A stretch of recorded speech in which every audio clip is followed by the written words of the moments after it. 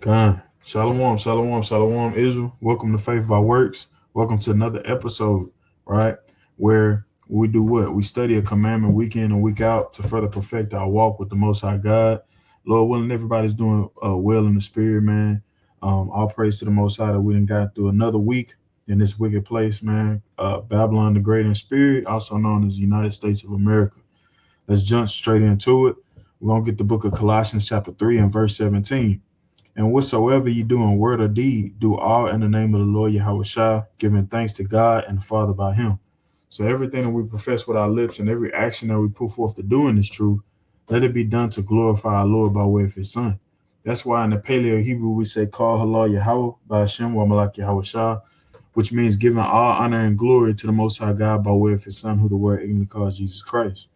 This is the book of James chapter 2 and verse 14. What does it profit, my brethren, though a man say he hath faith and have not works? Can faith save him? So simply saying with your mouth, right? I have faith. I love the Lord. I have a relationship with him. I respect him. He is my everything. Is this sufficient enough? Well, verse 18 says, ye a man say, thou hast faith and I have works. Show me thy faith without thy works, and I will show thee my faith by my works. So you show forth that respect, that relationship, that love, that honor and glory to the Most High God by your works, by your actions. First John chapter 3 and verse 18 says, my little children, let us not love in word, neither in tongue, but in deed and in truth, right? And you always want to examine your deeds, all right, and your actions that they may be done in the power of the Lord, to glorify the Lord and not our own belly, right? So, simultaneously, we have to have faith and actions, all right, to get into the kingdom of the Most High God, right? So what is the deed, the truth? What is the commandment of the week? We're going to go to one of the wisdom books, Sirach. We're going to go to chapter 9, and we're going to get verse 12. All right, this is where, this is where we learn about how to deal with various people, all right, in terms of wisdom, right? It reads, it says, delight not in the thing that the ungodly have pleasure in, but remember they shall not go unpunished unto their grave, right? So what we have to refresh and always go back to is abstaining from a multitude to do evil, to abstain from the old festivities of the old man. Now that you come into this truth, you are to walk as children in the light. You are to be a light. And in order to do that, you have to make sure that you're not blending in with darkness, but rather getting rid of the darkness by sharing the light of Christ. All right. We all walk around with stakes. We all walk around with torches. And when you came into this truth, that was Christ lighting your torch. What good is that light when you hide it underneath a bushel? What good is that light when you hide it, period? And you join a multitude of others to do evil, and you blend in with others that are not in this truth, that's of the world. It's pointless on having the light, and the Lord can take that light from you. So it's definitely things to put into perspective, man. In these last days, things are waxing worse and worse, and in order to maintain that vibrant, that fervent spirit, right, if you will, we have to remember to walk as children as light, and to not involve ourselves in, the pleasures of the ungodly. All right. So first and foremost, I want to go to Proverbs 4, and I took a very big interest in the subtitle of Proverbs 4. At the top, it says the beneficence of wisdom. When you look up beneficence, right, and I'm not going to share my screen for the sake of time, but I'm going to show you what the AI overview says. I copy and paste it here in my notes here. It says, beneficence is the ethical principle, action, or quality of doing good, acting with charity, and promoting the well-being of others. So when you give, when you receive that light, okay, when you come into this truth and you now have the understanding, you are a man or a woman of understanding now. It's important that you exercise the beneficence of wisdom. Now that you have that wisdom, you need to utilize it for the well-being of your brothers and sisters. All right. your brothers and sisters who don't know who they are, or your brothers and sisters that are in this truth that needs their iron sharpened. You understand? So let's get that. Let's get the actual synonyms of it, right? When we look up the synonyms of beneficence, it's the generosity, the kindness, the charity, the altruism, which I had to look that one up because I ain't know that definition. Altruism is the unselfish concern for an action towards the welfare of others, often involving a personal cost, risk, or sacrifice without expecting external rewards. So it's an act of selflessness. You understand? Another synonym for other synonyms for beneficence is compassion, goodness, philanthropy, and helpfulness. All right. So when you receive that wisdom of the Lord, it's important that you're unselfish, that you're prioritizing the betterment of Israel, the building of the house of God. You understand? Rebuilding that temple that has been destroyed from by our oppressors. All right. So that's what the beneficence of wisdom is. And when you abstain from a multitude to do evil, and you don't involve yourself in the festivities and the pleasures of the ungodly, that's you prioritizing the betterment of the nation. That's you prioritizing the growth spiritually of the nation. You understand? So let's go to Proverbs 4. Proverbs 4 and verse 14 says, enter not into the path of the wicked, and go not in the way of evil men. Avoid it, pass not by it, turn from it, and pass away. All right. So there's two sides to this, to this. All right. There's the pleasure and the delight in the Lord from you abstaining from the appearance of evil. And then there's you, kind of ruffling some feathers of old relationships. You know, some it might be mom, some might be dad, some might be childhood friends, right? Some it might be your own blood brother that you grew up with in the same house with, and y'all kind of went separate ways, right? Well, there's two sides to it. There's the light into the Lord, and then there's that side where you're looked at as holier than thou. You come off real judgmental. You come off like your ish don't stink, right? And that's literally the severing of Christ that what it goes into in Matthew 10. You understand? And Matthew 12, right? And was it 36 on down? Like talking about who is my mother and my sister, and then that separation in Matthew 10 is talking about how he will set variance among a man's those in a man's household, but also other relationships outside of your household, man. When you come into this truth, there's going to that's going to involve you in abstaining from all of the old festivities, smoking weed, getting drunk, right? Going to the strip club, going to the trail rides, going to the car meets, so on and so forth. Whatever you were into when you were in the world. Now you abstain from that. That's the bitter part, because you're trying to bring those that you love into this truth, but they're not hearkening, or they're looking at it as a negative sense. So there's that. You know what I'm saying? But this is the beneficence of wisdom. All right, I'm gonna get a couple more, right, and then I'm gonna pass it. Right. So we are also commanded to walk as children of light, right, and that's part of the abstinence of a multitude to do evil, the festivities and worldly things, right. Walk as children of light. Let's go to Ephesians chapter 5, and I'm going to start at verse 11. It says, for ye were sometime darkness, but now are ye light in the Lord. Walk as children of light, for the fruit of the Spirit is in all goodness and righteousness and truth. So you walking uprightly, and you abstaining from all of those old festivities that you did when you were in the world. That's you walking in goodness and righteousness and truth.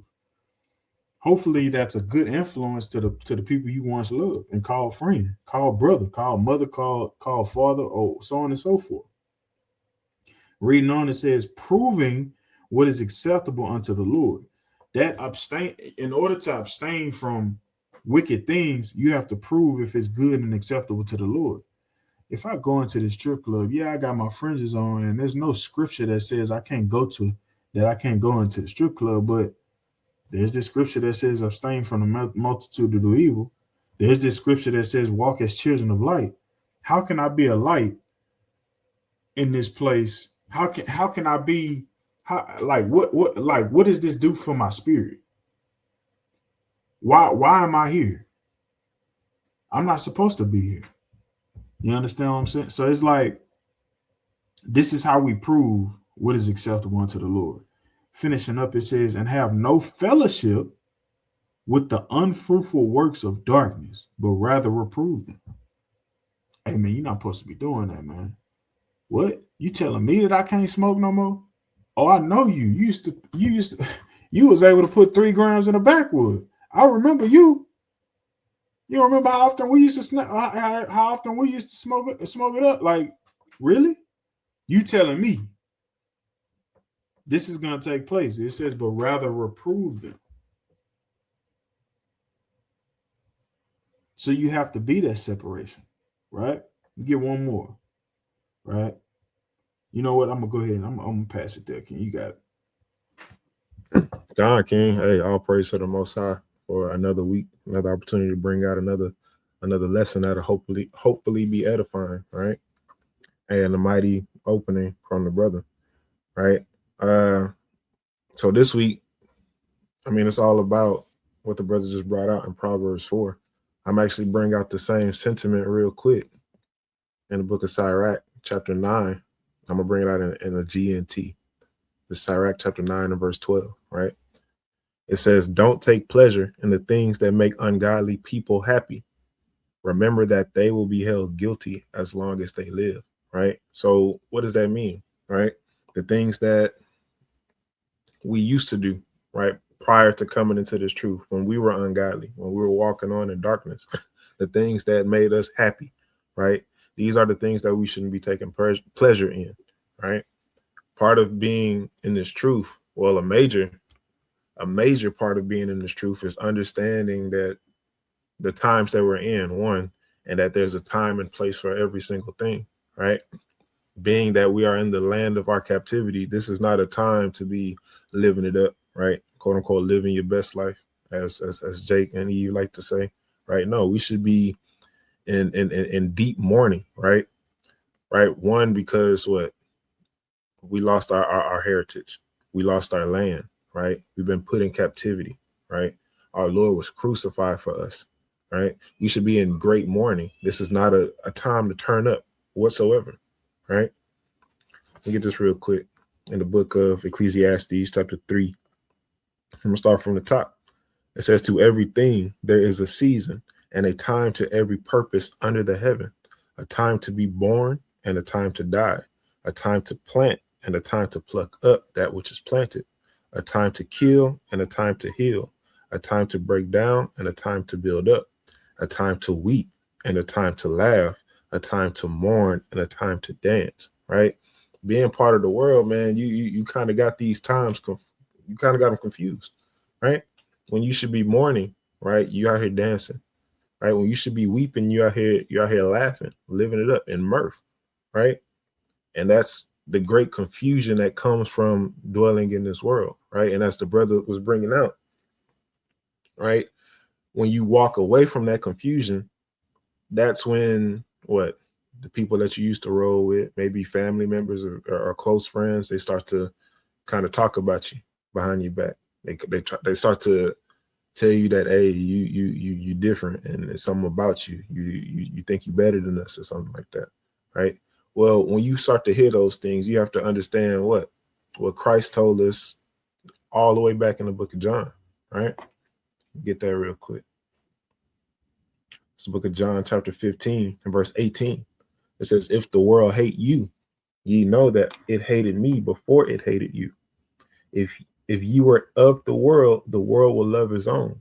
But because ye are not of the world, but I have chosen you out of the world, therefore the world hated you, right? Remember the word that I said unto you, the servant is not greater than his Lord. If they have persecuted me, they will also persecute you. If they have kept my saying, they will keep yours also, right? So understanding that going against the grain, if you will, is going to be uncomfortable, right? But mourning is uncomfortable, right? And why I keep bringing up that word, I actually had a definition right here. I'm gonna follow the brother's footsteps, right? For the sake of time. Hey, y'all got Google it yourself, right? It's the AI overview of mourning. Mourning is the outward, cultural, and behavioral expression of grief following a loss, acting as a process to integrate bereavement into life, right? This is the type of spirit that we should be carrying. And before I go any further, ain't nobody telling you to walk around acting like you just depressed all the time. That's not what we saying. Right? We don't want you to walk around pretending you got that one singular rain cloud just on you and following you everywhere you go. That's not what we saying, right? What we are saying is, hey, have in perspective, right? That going to jail is not a party, right? Getting hemmed up by the police is not a reason to celebrate, right? Going down to your grave is not the time when you it's not like a retirement celebration. We have to understand that this place is not here for our benefit. This place is not here for our enjoyment. This place is here for us to look at ourselves and the things that we've done wrong, right, to our Lord. Take the punishment and correct ourselves, right, that we may be brought back, right? What does the Most High command us to do? Literally, when I'm moving through the Spirit, book of Jeremiah, chapter 6, and verse 26. It says, "O daughter of my people, gird thee with sackcloth and wallow thyself in ashes. Make thee mourning as for an only son, most bitter lamentation, for the spoiler shall suddenly come upon us." Right? And mind you, we've gone through all these afflictions, but hey, we still got what? Jacob's trouble right around the corner, right? We still have the darkest day that has ever been seen according to the scriptures. We still have that to come. So what is the point of moving with the YOLO spirit? What is the point of moving like, hey, there's no tomorrow, I'm about to live it up as much as I can, right? What's the point in doing any of that, right? When at the end of the day, you understand that that's moving in the ways of the ungodly and that there's a punishment that's going to come from that, right? If we already got dark days ahead, why would you want to add punishment to yourself? That's not wise, right? But continuing on. Verse 27, "I have set thee for a tower and a fortress among my people, that thou mayest know and try their way. They are all grievous revolters, walking with slanders. They are brass and iron. They are all corrupters. The bellows are burned. The lead is consumed of the fire. The founder melteth in vain, for the wicked are not plucked away. Reprobate silver shall men call them, because the Lord hath rejected them." Right? This is the ungodly, right? The people that are moving in mourning, they're looking at their ways, they're correcting their ways, and they're making amendments, right, in order to do what's right and to turn back into their God. But everybody else that's living in that mirth, that has the times conflated, right, the Lord calls them reprobate silver, right? That's like this quarter right here, right? If I took this quarter and I got actual pure 100% silver of the same size, they may look the same, but which one is worth more? One is worth hundreds of these, and this can be thrown in the trash and nobody will care about it. That's the ungodly, right? And that's that spirit of mirth. While we should be mourning, this is what they're going to be amounted to, right? Yeah, I'm gonna get one more before I pass it. This is the book of Psalms, chapter 69, in the NLT, right? Starting at verse 7. It says, "For I endure insults for your sake. Humiliation is written all over my face. Even my own brothers pretend they don't know me. They treat me like a stranger. They treat me like a stranger. Passion for your house has consumed me, and the insults of those who insult you have fallen on me." When I weep and fast, they scoff at me. When I dress in burlap to show sorrow, they make fun of me. I am the favorite topic of town gossip, and all the drunks sing about me. But I keep praying to you, Most High, hoping this time you will show me favor. In your unfailing love, O God, answer my prayer with your sure salvation. Rescue me from rescue me from the mud. Don't let me sink any deeper. Save me from those who hate me and pull me from the deep waters. Right? I mean, it's playing upon tables. It's playing upon tables. Those of us that are mourning in this thing, that are looking to amend our ways so that we can get back to our power, right? We're gonna automatically be rejects to everybody else, right? So why live for the pleasures that everybody else seek? That's not the walk that we should be walking, right? And with that, I yield. King, some mighty points, right? Mighty points, and hopefully, brothers and sisters understand what the brother was bringing forth for the lesson, because a lot of the reasons why me and bro was talking about this before we hit the hit the record button is that a lot of our people fail to abstain from the appearance of evil and from the festivities of this world because they too busy living it up. They have that YOLO spirit, right? They feel they're in that at ease, right? Was that Isaiah chapter 36, right? And our women not only are at ease, but our men, they don't they think they got time. They don't really believe that this place is coming to an end. So, you know, in in result, they doing whatever they want to do. You know, they're spending their time, right, really like pleasing themselves rather than pleasing the Lord. So, a lot of this is the reasoning behind why people don't buckle down and really walk in uprightness and indeed in the truth, because they don't really believe that this place is coming to an end. They don't believe that the Lord is a God of balance and that you reap what you sow. A lot of people, we say that all the time. Coming up, you reap what you sow. You reap what you sow. Well, when you look at those slave ships, when you look at the documentaries, and you look at, some of um, the main ones that were actually in the fields, the survivors of that, or the direct grandmothers and grandfathers of that era, when they're actually recorded and they're interviewed and they have a time to speak, somebody got to pay for that. You look at all of the pictures, you look at all of the documentaries and all of the stuff on Netflix and all of that. We have hard evidence of it. They have to pay for it. So instead of holding hands with them, trying to be like them, get the piece of the American pie and all this and the third, we should actually be trying to get right with the Lord, who's the one that allowed all this to happen. So I'm gonna get a couple more and then we'll shut it down, right?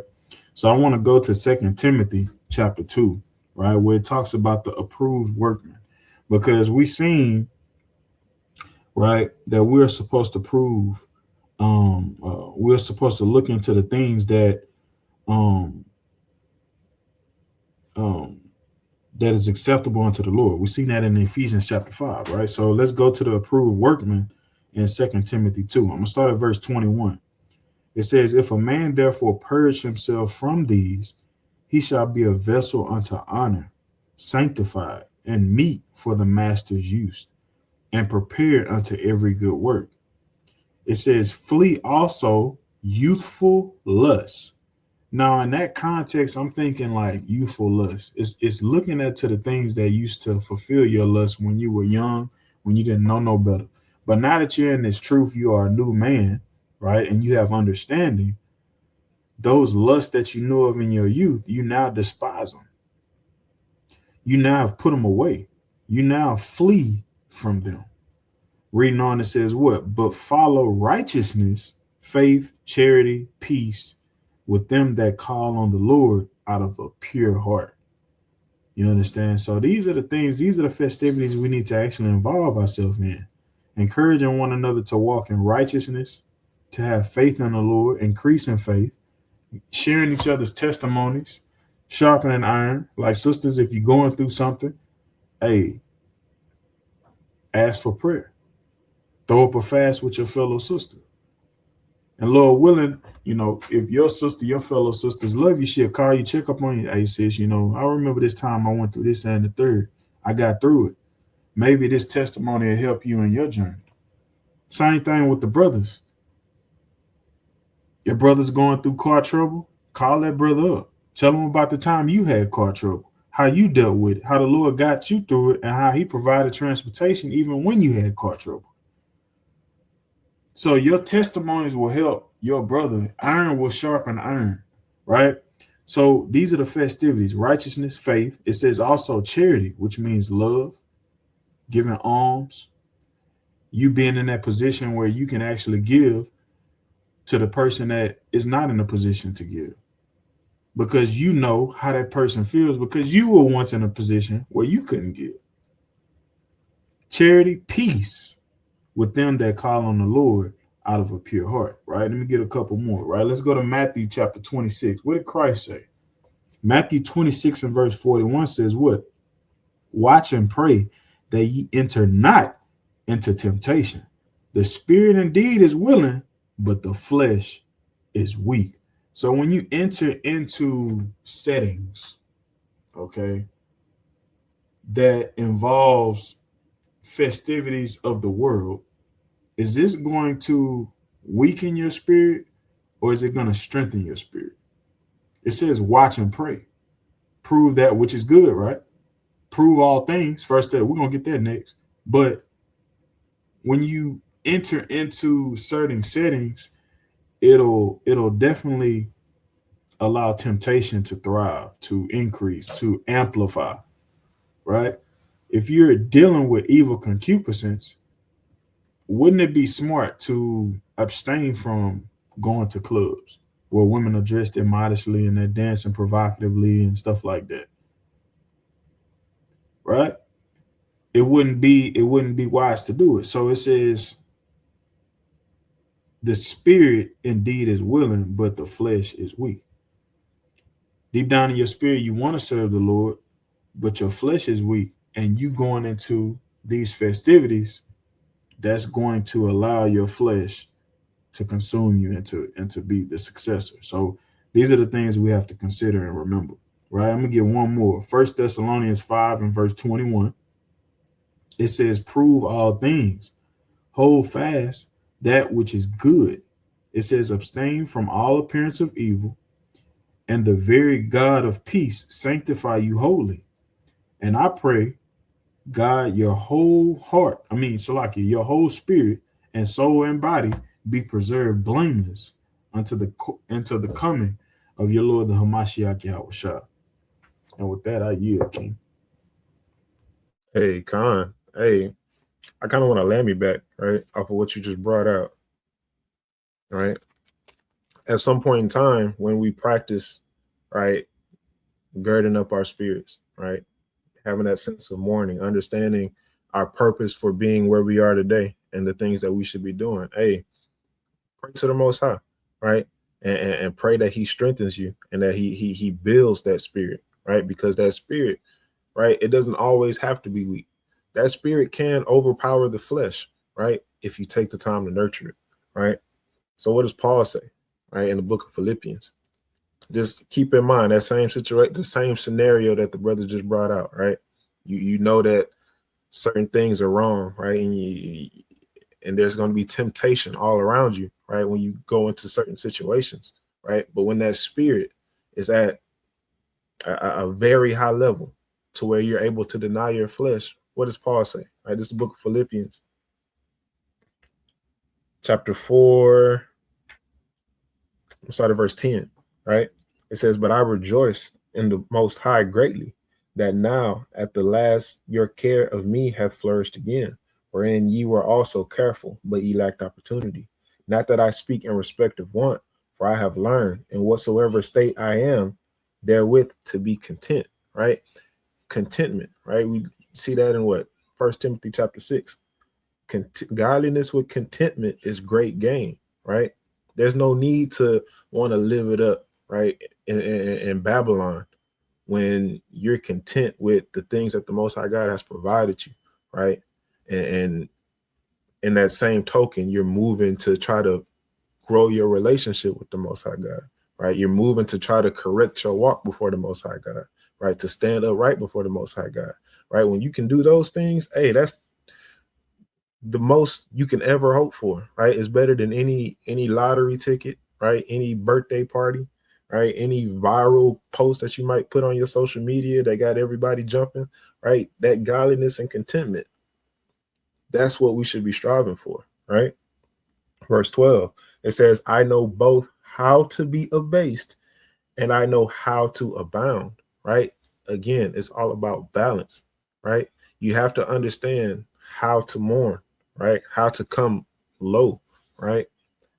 And at the same time, when you got that mastered, again, when that spirit is strong, right? You understand how to abound, as the brother was bringing out, right? When you have a few extra dollars in your pocket, right?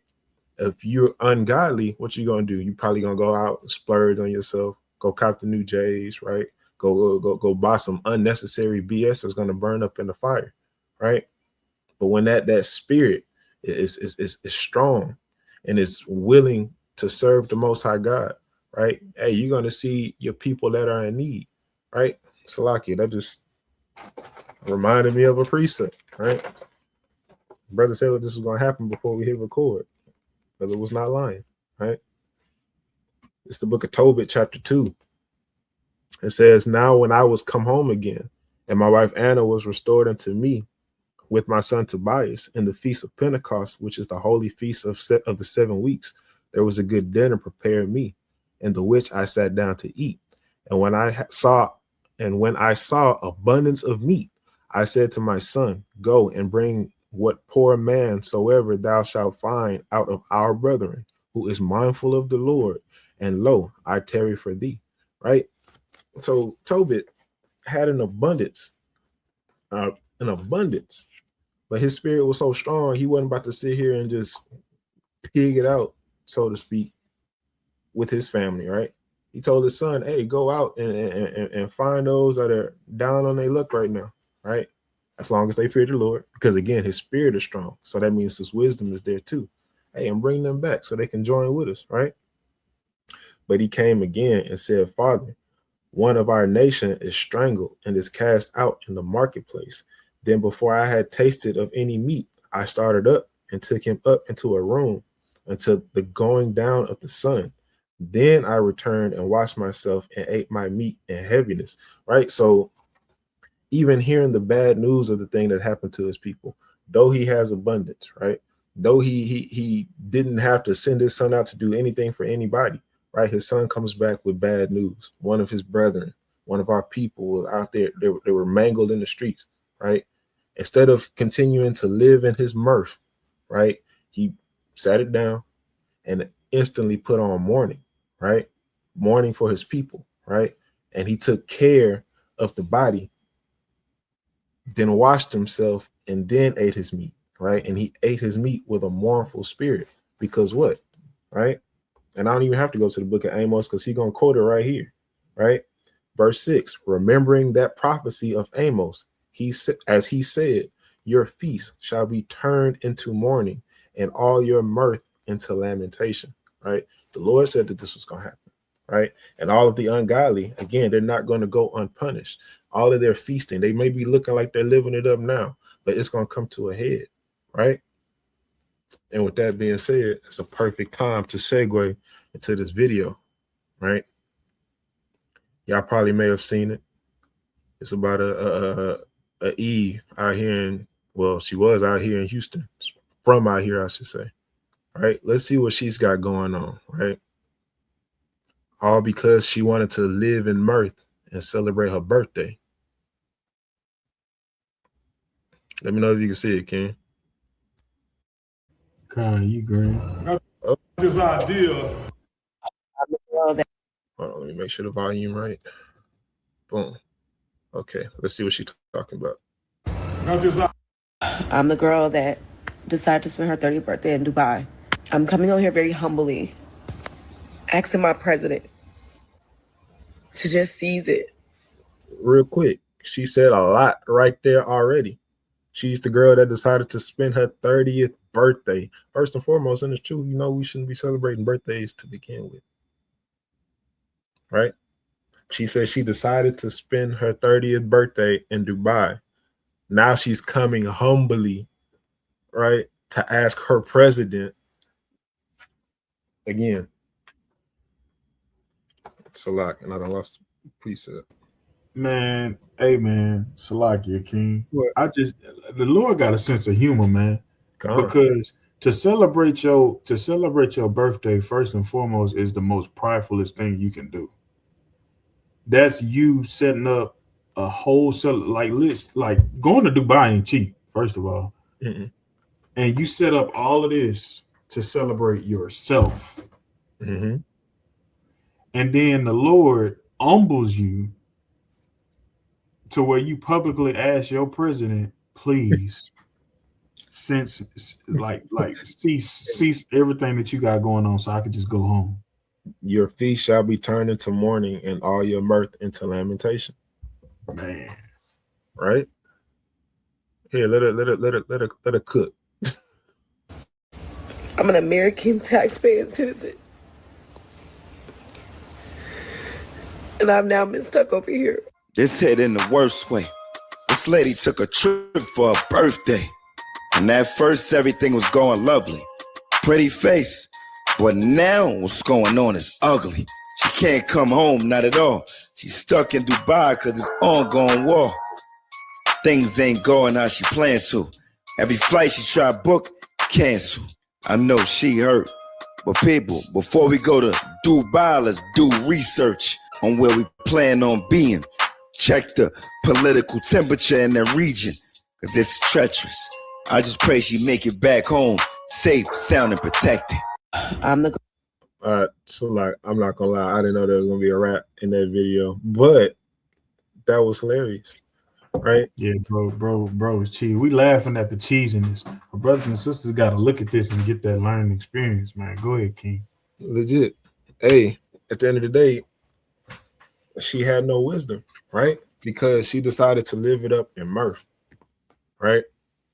She didn't know how to abound, as Paul was bringing out. But I'm gonna go ahead and switch over real quick, right? For sake of time, this book of Ecclesiastes, chapter 7 and verse 2, it says, "It is better to go to the house of mourning than to go to the house of feasting, for that is the end of all men, and the living will lay it to his heart. Sorrow is better than laughter, for by the sadness of the countenance, the heart is made better." Again, that's the point I've been trying to make throughout this class, right? That through that mournful spirit, we're able to look at ourselves and understand, hey, why am I going through the things that I'm going through? Why are my people going through the things that we are going through, right? Well, you start to seeking the Most High God. You start to learn it, right? Hey, he made a covenant with us, right? And he laid out the terms of the covenant in the book of Deuteronomy chapter 28, right? Well, we have not upheld it, right? Pursuant to the book of Daniel.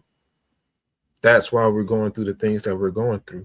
You're not going to sit down and take the time to look at things that way.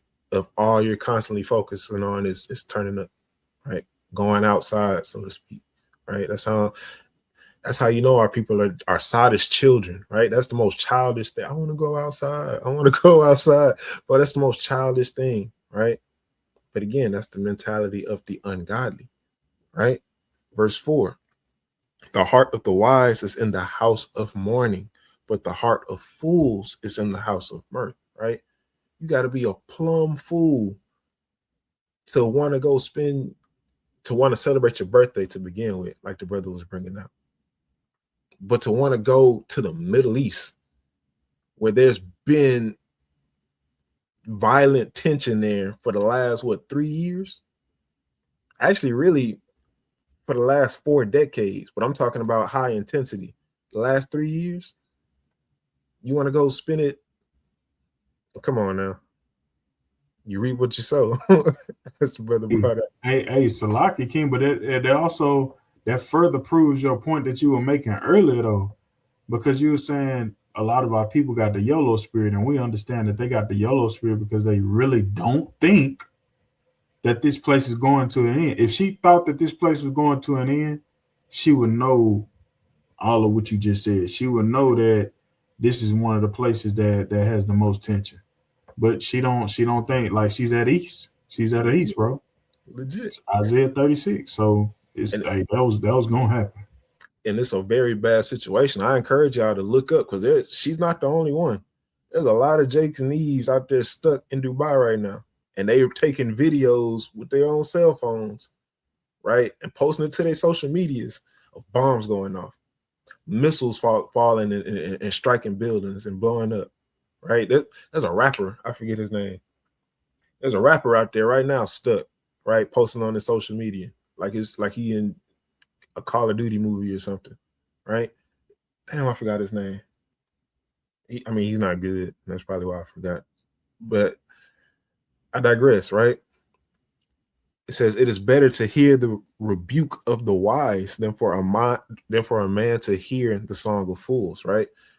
A lot of the ungodly, and at this point, I'm gonna start making that separation. A lot of the ungodly will rather surround themselves with yes men, yes women, right? That'll tell them, hey, you're not going off, sis. Hey, you a queen, right? Or brother, you a king, right? You do this because you want to do that, and can't nobody tell you nothing, right? You worked hard, you can do these things, right? Treat yourself, right? I used to hate when people tell me that. Treat yourself, right? A lot of the ungodly are going to surround themselves with people just like that, right? But the wise are going to surround themselves with people that are going to tell them, hey, brother, just because you could don't mean you should, right? Like Kanye West said. Probably think you could, but I don't think you should, right? And brother, you going off, sister, you going off, right? We understand that you have the ability to do these things, but does that mean you should do these things? How does the Most High God see these things, right?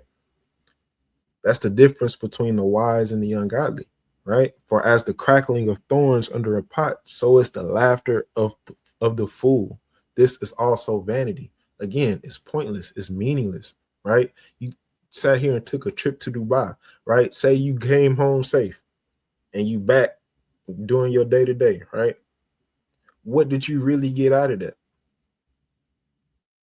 You saw Dubai, cool. How is that going to help you in the long run, right? How is that going to feed you? If you have children, how's that going to feed your children, right? How's that going to house you, clothe you, keep you warm? It's not. It's all vanity. And a lot of our people are willing to die over vanity, right?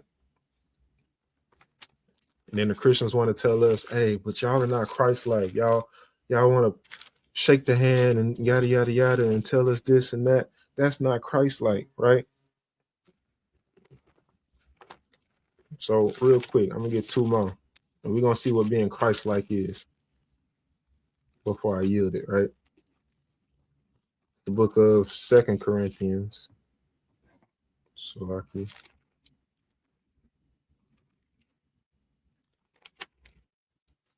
Chapter 8 and verse number 9. It says, for ye know that grace of our Lord Yahushua HaMashiach, that though he was rich, yet for our sakes he became poor, that ye through his poverty might be rich, right? That's somebody who could have come to this earth and did whatever the heck he wanted to do.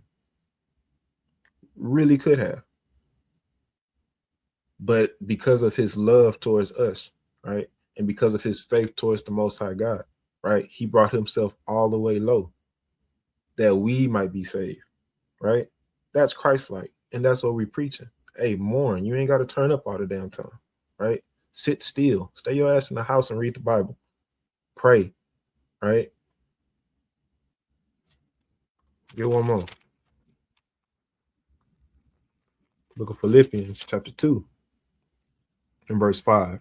It says, let this mind be in you, which was also in Yahushua HaMashiach, right? Again, this is how you be Christ-like. Verse 6, who, being in the form of God, thought it not robbery to be equal with God, but made himself of no reputation, and took upon him the form of a servant, and was made in the likeness of men. And being found in fashion as a man, he humbled himself and became obedient unto death, even the death of the cross. Right? We bring out Ecclesiastes 12 and 13 all the time. The whole duty of man is to do what? Fear God, keep the commandments. We didn't do that, so now we in jail, right? A fool will be in jail talking about, hey, we here, let's party in jail. Hey, we only get one sentence. Dumb as hell, right? A wise man is going to amend his ways so that he can get an early release and never have to see that place again, right? And with that, I yield. Con. And with that, Lord willing, somebody was edified or will be edified in the coming days. We love you, Israel. Until next week, Kwame Asharala, Shalom. Shalom.